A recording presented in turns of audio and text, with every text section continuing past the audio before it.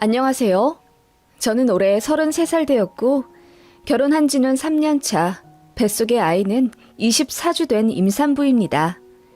결혼하고 좀처럼 임신이 되지 않아 마음고생을 좀 했어요. 솔직히 말해서 스트레스가 원인이었던 것 같지만요. 임신 안 된다고 엄청 구박했던 시할머니 때문에 이혼까지 생각해 볼 정도로 큰 스트레스였는데요. 무당 할머니가 사이다 날려주지 않으셨다면 아마 지금쯤 정말 이혼하지 않았을까 싶기도 할 웃지 못할 사연이 있어요. 시할머니가 그 덕분에 지금은 제게 아무 소리 안 하시고 되게 눈치 보고 사신답니다. 궁금해 하실 법한 이야기, 그럼 지금부터 풀어볼게요. 제 나이 29살 12월 달에 20대 막차 타고 결혼을 했습니다. 남편은 저보다 2살 어린 연하남이에요. 같은 직장에서 만난 사람이에요. 시댁이랑 친정 재정 상황도 비슷하고 양가 부모님들 직업도 우연찮게 다 교사이셔서 너무 신기했어요. 공통점이 많은 서로와 또 양가 상황이다 보니 자연스레 결혼으로 행복하게 이어졌네요. 다만 저희 친정은 외가, 친가, 조부모님들이 다 따로 사시는데 시댁은 시할머니를 거의 반 모시고 사시더라고요. 반 모신다는 뜻은 시할머니 댁은 시골에 따로 있는데 추운 겨울과 더운 여름에는 아파트인 시댁에 와 계세요. 1년 중에 반 이상 시부모님 댁에 머물러 계신다는 뜻입니다. 그렇다 보니 시댁 인사 드릴 때와 상견례 때도 시할머니가 참석하셨어요. 그런데 저를 처음부터 안 좋아하셨습니다. 제가 나이가 많다는 게 그 이유였어요. 우리 승한이보다 2살이나 많다고? 내년에 30이 되는겨? 나이가 너무 많아. 그러면 애도 잘 안 들어서는 법이야. 라고 하시길래 시부모님께서 아니다. 40 넘어서까지 애 낳는 사람들 많고 요즘은 의료 기술도 좋아서 노산도 건강하게 아이 낳는다. 라고 몇 번이나 설명을 해주셨네요. 시부모님은 정말 좋으시거든요. 저 배려도 잘해주시고 웃음도 많으세요. 그런데 시할머니는 아무래도 연세 때문인지 고리타분한 면이 많으시고 특유의 고집도 굉장히 세세요. 본인 생각이 찰떡같이 맞다고 우기는 경향이 있으시잖아요. 저희 시할머니도 그런 성격이시고 그 때문에 시집살이 당한 시어머니가 고생 참 많이 하셨다고 들었어요. 시어머니 결혼 후 근 30년을 시할머니랑 반합가 상태인데도 겸허히 받아들이시며 불평 불만 않고 오실 때마다 잘 모시고요. 그러시면서도 저한테는 귀한 며느리, 아까운 며느리라 하시며 일도 잘 안 시키려고 하세요. 그런 시어머니가 저는 너무 좋아서 더 따라다니고 연락하고 챙겨드리고 그러지요. 그래서 결혼 초부터 저는 시어머니랑 정이 많이 쌓인 상태이고 어머님도 저를 딸같이 대해주셨습니다. 그런 상황이니 시할머니가 저를 나이로 구박하시는 게 어머님도 더는 못 참겠다 싶으셨는지 저를 많이 감싸주시고 어쩔 때는 화까지 내셨어요. 어머님, 우리 지연이 나이 많은 것도 아닌데 그만 말씀하세요. 귀한 집에서 귀하게 자란 딸이에요. 그리고 아기가 생기면 감사할 일이고 안 생기면 또 어때요? 요즘은 딩크족이라고 해서 일부러 애 안 낳고 사는 집도 많대요. 일하면서 애 키우는 게 요즘은 보통 일이 아니라고요, 어머님. 애를 안 낳아? 그게 무슨 말도 안 되는 소리야. 그럴 거면 결혼을 하지 말아야지. 어디 근본도 도리도 없는 것들을 우리 손자한테 빗대어 얘기해. 나는 무조건 증손자 볼 거다. 그렇게 시할머니는 결혼 초기부터 대놓고 저한테 빨리 임신하라고 닥달을 하셨죠. 내일 모레 90이라 곧 있으면 죽을지도 모르는데 하루라도 빨리 증손자 안겨달라 하시면서요. 그게 제가 결혼한 목적이자 제 일이라고 하셨습니다. 아무리 나이 많으신 어르신 이야기라고 해도 쉽게 흘려듣기 힘들더라고요. 저도 나름 회사에서 인정받는 사람이고 요즘 시대에 나이 30 정도면 어린 편에 축하는 데다 제 주변은 아직 결혼 안 한 사람들이 태반이에요. 시할머님 세대에서나 나이 30이 40 취급 받았겠지만 지금은 아니잖아요. 그런데 나이 가지고 자꾸 그러시고 저를 증손자 낳을 도구로만 여기시니 저도 날이 갈수록 표정 관리가 안 되더군요. 그래서 시할머니 계신다고 할 때는 시댁도 가기 싫더라고요. 어머님도 그 점 충분히 이해하시고 그냥 저더러 안 내려와도 된다고 하시는데 괜히 죄송해 눈물이 났네요. 그렇게 신혼 6개월쯤 지났을까? 어머님이랑 통화를 하는데 수화기 너머로 시할머님 목소리가 들리더라고요. 어머님, 할머님 올라와 계세요? 지난달에 내려가셨다고 하지 않으셨어요? 아, 그게, 당분간 또 와 계신다고 하시네. 어머님이 어쩐지 난감해 하시며 이야기를 하시길래 무슨 일인가 했더니 갑자기 시할머니께서 전화기를 바꿔달라 하시더라고요. 손부야, 나다, 할미. 내가 그냥 이제 아들네 들어와 살기로 했다. 증손자 볼 때까지 안 내려간다고 했어. 할머님, 안녕하셨어요? 아, 제가 아기 낳을 때까지요? 그래, 나 여기 살면서 네 시험에 엄청 괴롭힐 거다. 왜 증손자 안 안겨주냐고 아침 저녁으로 시집살이 좀 시켜야지. 네? 그게 무슨 말씀이세요? 지금 니네 결혼한 지 6개월이나 지났지 않니? 그런데 왜 여태 소식이 없어? 그 봐라. 네 나이가 많아서 빨리 애가 안 들어서는 거잖냐. 내가 그렇잖아도 너 한약 지어주려고 했더니 네 시어매가 기겁을 하고 말리더라. 너나 네 시어미나 똑같아. 빨리 애 가질 생각을 안 하고 허송 세월이나 보내고 앉아있으니 내가 답답하지 않을 수 있어. 시할머니는 그렇게 격앙된 목소리로 저를 타박하며 제가 아기를 가질 노력을 하지 않는다면서 그 대가로 시어머니 시집살이를 시킬 거라고 하셨습니다. 물론 그냥 하시는 말씀이겠지만 너무하다는 생각이 들었죠. 할머님, 저 아직 건강하고요. 산부인과 갔는데 호르몬이나 자궁 상태도 다 평균 나이보다 적대요. 너무 걱정 마시고요. 아기가 올 때가 되면 어련히 오지 않을까요? 너무 그러시면 저도 스트레스 받아요.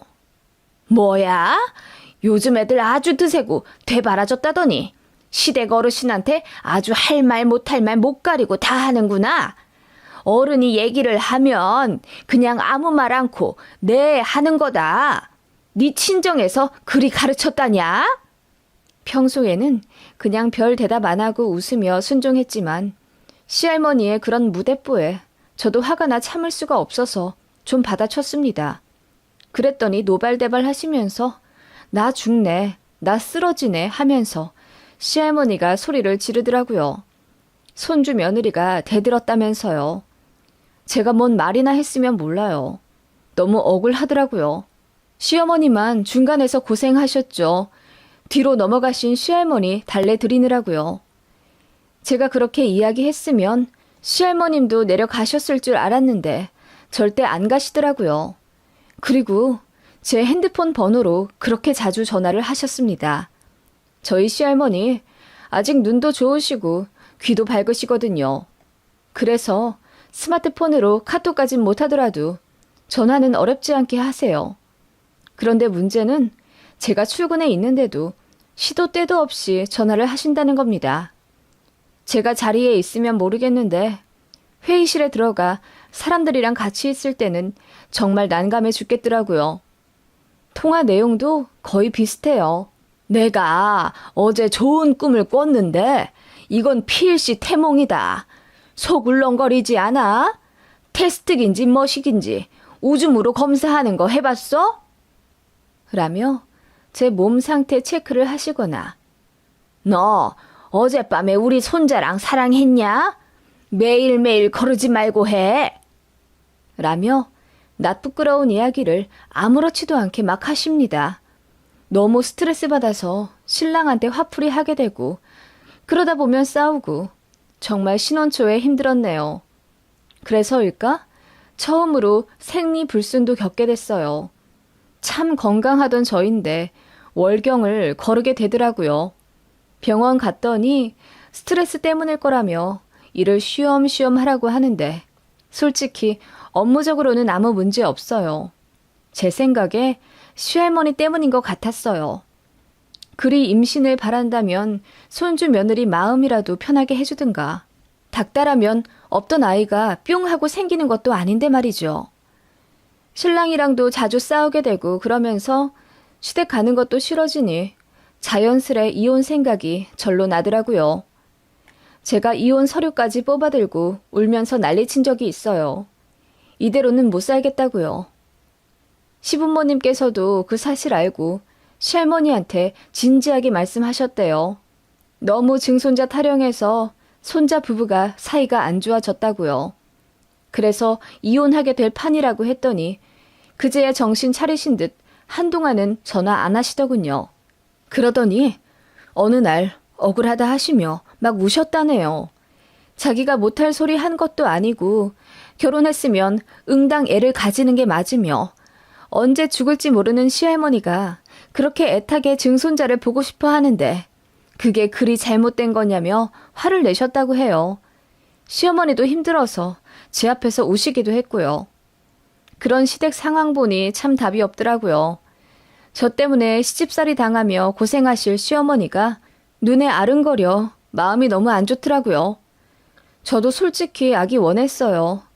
어차피 애 낳을 거 빨리 낳고 싶단 생각이 들었는데 스트레스 때문인지 심리적으로 저도 모르게 거부감이 생기는 것 같았어요. 아이 낳았다가 증손자 지독하게 사랑하실 시할머니한테 빼앗기는 건 아닐까 이런 말도 안 되는 상상도 들었고요. 지금 생각하면 정신적으로 많이 피폐해져 있던 나날들이었던 것 같아요. 아무리 시댁 왕래를 줄인다고 해도 명절에는 가야 하니까 시할머니를 뵐 수밖에 없었는데요. 저 오기 전에 시부모님한테 단단히 교육을 받으셔도 제 얼굴만 보면 갑자기 복장이 터지시는 듯 어김없이 증손자 타령을 하며 모든 게 저 때문이라고 손가락질을 하셨습니다. 어린 여자랑 결혼했으면 증손자를 봐도 벌써 봤을 건데 지금 결혼한 지 2년이 다 되어 가는데도 임신 소식이 없는 걸 보면 뭔가 문제가 있어도 단단히 있는 거다.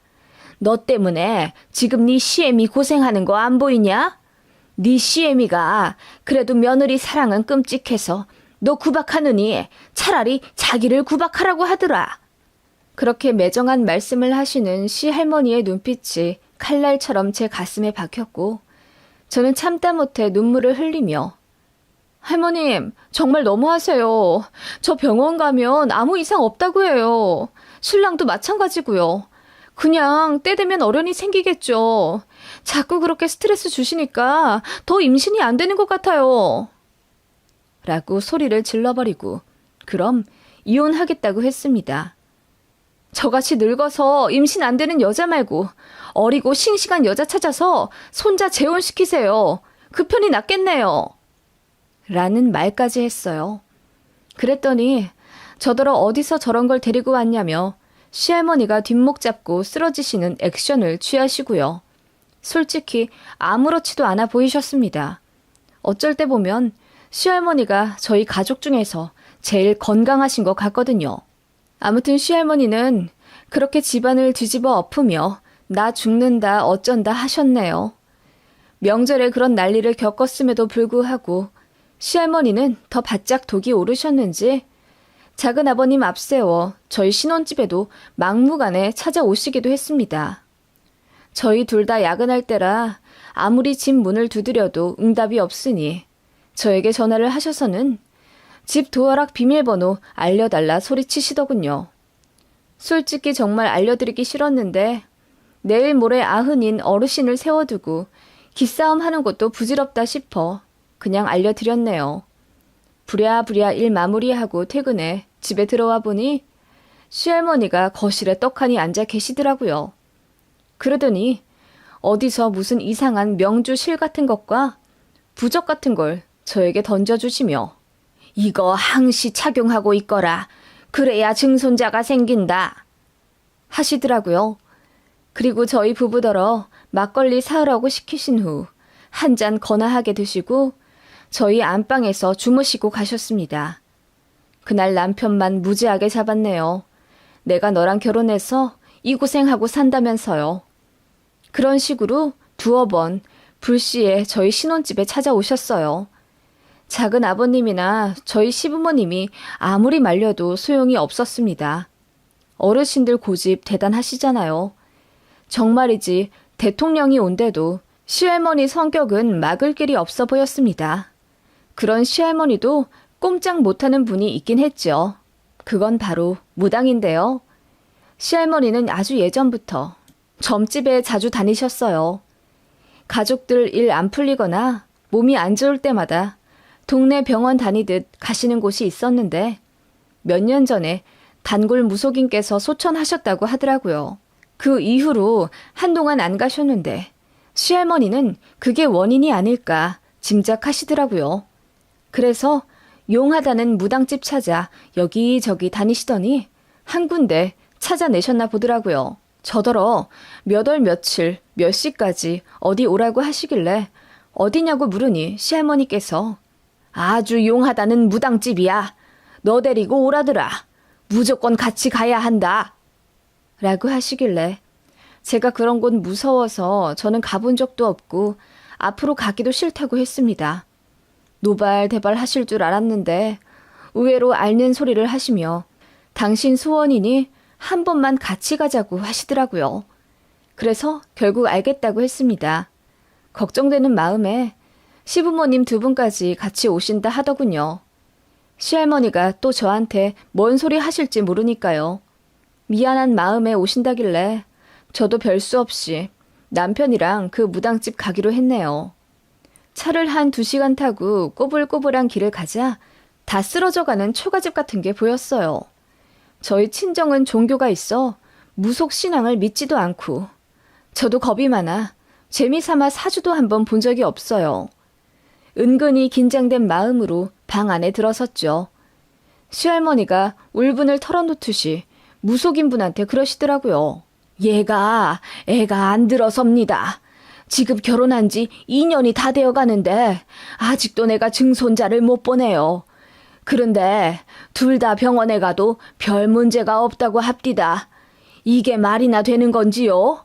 나는 통 이해가 안 갑니다.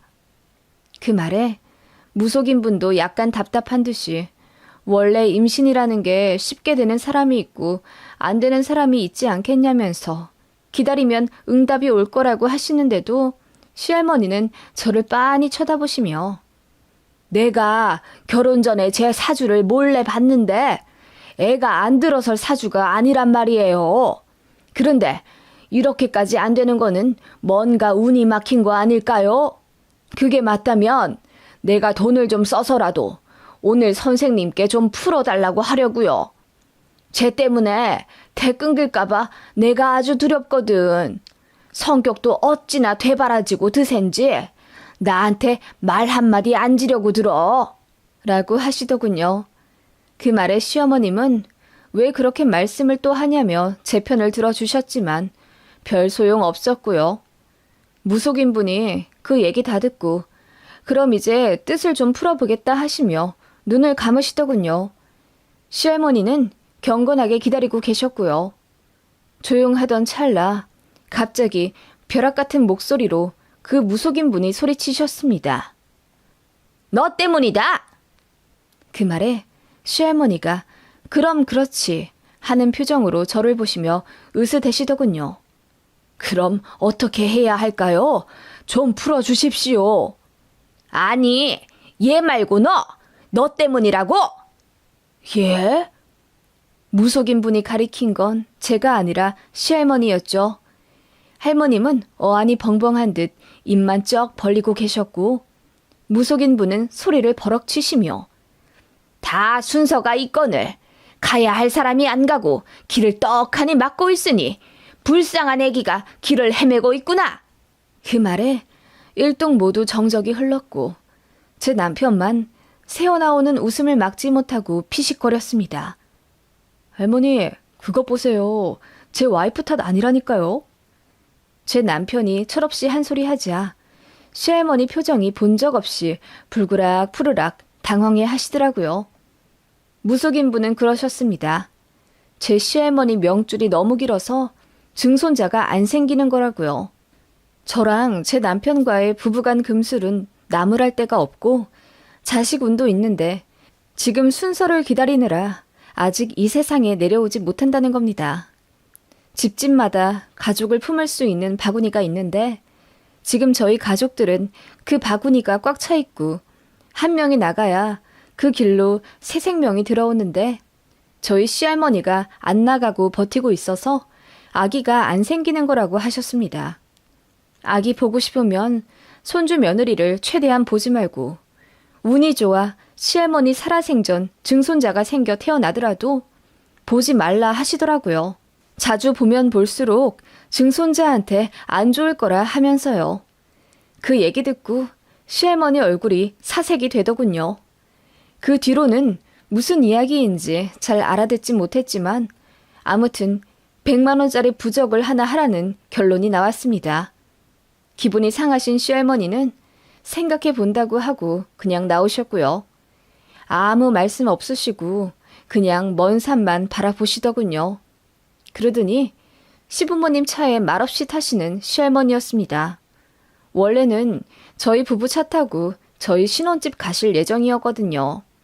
그런데 그냥 시댁 가겠다 하시길래 조금 어안이 벙벙했죠. 저희도 시댁 따라간다고 했더니 시할머니가 웬일로 오지 말라 하시대요. 창피한 건지 무안한 건진 몰라도 그냥 됐다 하시며 저희 알아서 식사하고 주말 잘 보내라 하시더군요. 그리고 며칠 뒤 정말 놀라운 이야기를 들었습니다. 시할머니가 시댁에 가시자마자 사흘 밤낮을 꼬박 앓으셨대요. 무당분으로부터 자식들 앞에서 망신 제대로 당했다 싶으셨는지 많이 서러워 하셨다고 들었네요. 당신이 가야 하는데 못 가서 그 바라던 애를 못 보는 거라고 이야기를 들었으니 얼마나 상심이 크고 마음이 복잡하시겠어요. 그리고 시할머니는 아이가 안 생기는 모든 원인이 손주 며느리라고 생각하고 가진 구박을 다 하셨는데 반전이 생겼으니 할 말 없어지신 거죠. 그래서 마음고생을 하셔서 그런지 많이 힘들어 하셨다 하더라고요. 그러더니 작은 아버님 불러서 모든 짐을 챙겨 집으로 내려가셨다고 들었습니다. 이제 별일 없으면 안 올 거라며 그냥 시골 본가에 계시겠다고 했대요. 시어머니의 시집살이도 드디어 해방된 거죠. 어머님이 그리 말씀하시며 저더러 그간 고생했다고 이제 시할머니가 임신 얘기로 스트레스 줄 일 없을 거라고 하시며 그동안 막는다고 막았지만 못 지켜줘 미안했다고 진심 다해 말씀하시더라고요. 저는 그런 시어머니가 조금도 원망스럽지 않았어요. 오히려 늘 안쓰럽게 생각했거든요. 아무튼 시할머니 내려가시며 핸드폰에 제 번호도 지우셨다더군요.